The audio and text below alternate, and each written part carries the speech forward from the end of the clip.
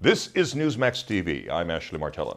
Early voting is underway in the midterm elections, and some critics say the early ballots open up a whole new dimension for voting fraud. David Norcross, the chairman of the Republican National Lawyers Association, is on his cell phone with us now to discuss some of this. Thank you for joining us, David. You're more than welcome. Are you hearing any reports of voter fraud yet? And if so, how widespread is it, and how bad do you expect it to be this election cycle? Well, yes, we are hearing some things already on multiple fronts. Some of them registration fraud, which we're kind of used to, unfortunately.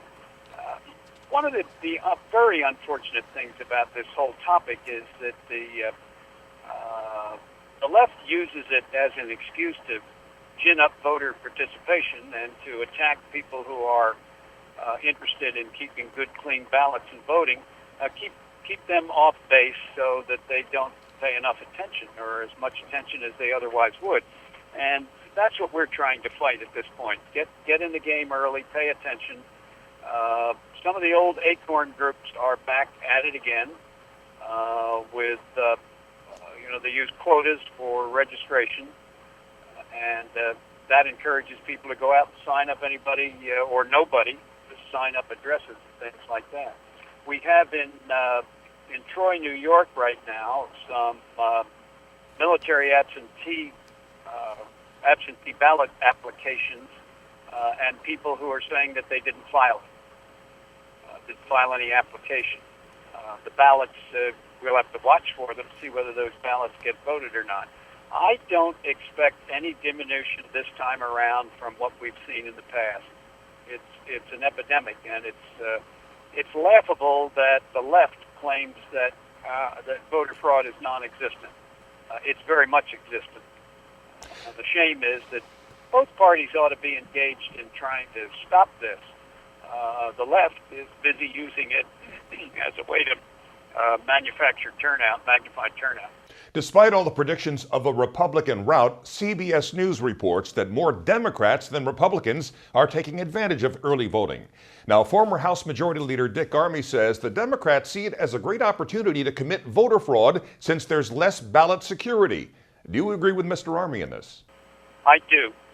There is very little ballot security connected with early voting, and that's really the problem with early voting, particularly if it's done by mail and there isn't a careful registration process. But even with a careful registration process, there's no voter ID if you vote by mail, and that's my main concern with that program.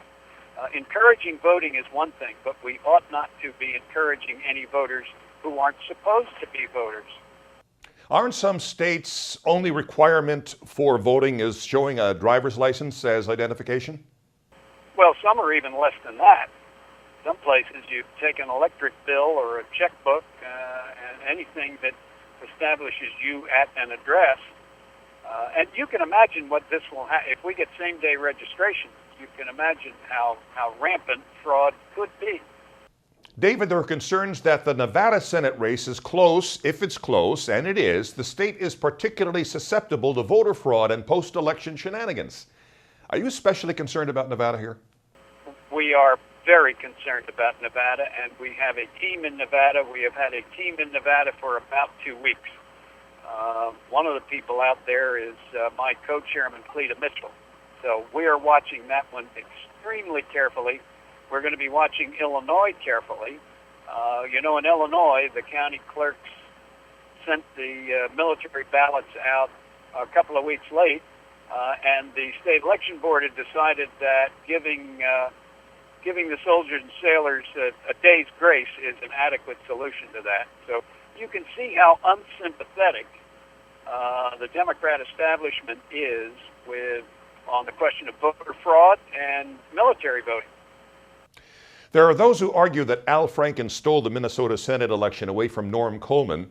We saw how long it took to declare a winner and how many recounts there were. Republican Representative Michelle Bachmann is in a very close re-election battle in her Minnesota district. What is the GOP doing there to try to make sure the election isn't stolen from her?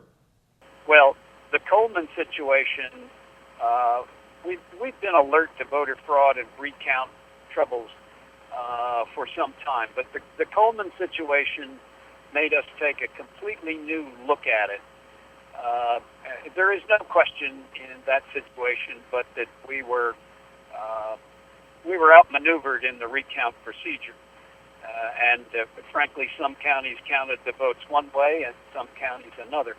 So we're alert to the problems in Minnesota. We think that the Secretary of State there is anything but a hardliner on keeping recount regulations straight.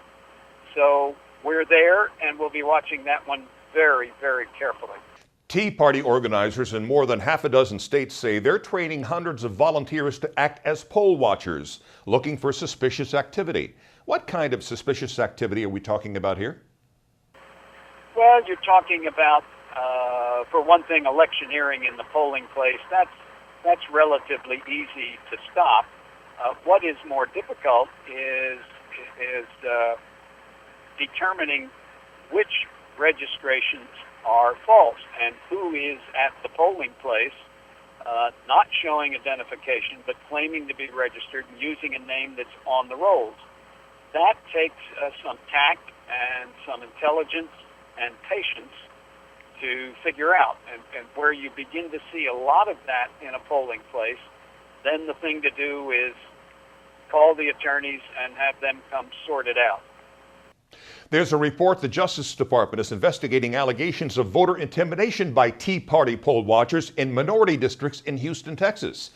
Then this is the same Eric Holder Justice Department that let Black Panthers off the hook after they were videotaped clearly intimidating white voters in Philadelphia. DOJ attorney Chris Coates accuses Holder's department of racism against whites. Do you see it that way? I absolutely see it that way. I've seen that. I've done work in Philadelphia polling places. I've seen that tape numerous times.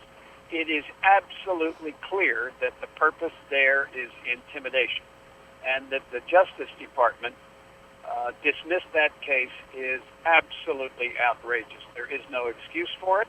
There is no legal foundation for it. They're simply stonewalling. And if they are investigating Tea Party people for intimidation, I'm almost speechless. ACORN was heavily linked to voter fraud on the 2008 election cycle, accused of multiple registrations for the same person, attempts to register young kids, etc. It's supposedly disbanded. Now, do you have any evidence ACORN has reemerged, perhaps under a different name or linked to different organizations such as SEIU, for example? Oh, absolutely. There was no question 2 years ago that the SEIU and ACORN were joined at the hip. There is no question in my mind but that the SEIU will continue those registration tactics, whether or not any semblance of ACORN is involved. But there's also ample evidence that ACORN has been reborn with a number of names, and that what you want to look for of keywords are community organization, justice, working families. Those are all key words, and we believe that those organizations are simply remade ACORN organizations. We've asked our Republican Lawyers Association members all over the country to be on the lookout for activities by organizations with those names, not only so that we can deal with them this year, but so we are ready to trace them next year. David Norcross, the chairman of the Republican National Lawyers Association, thanks so much for sharing your thoughts and insight with us here at Newsmax. Thank you very much. And thank you for watching Newsmax TV.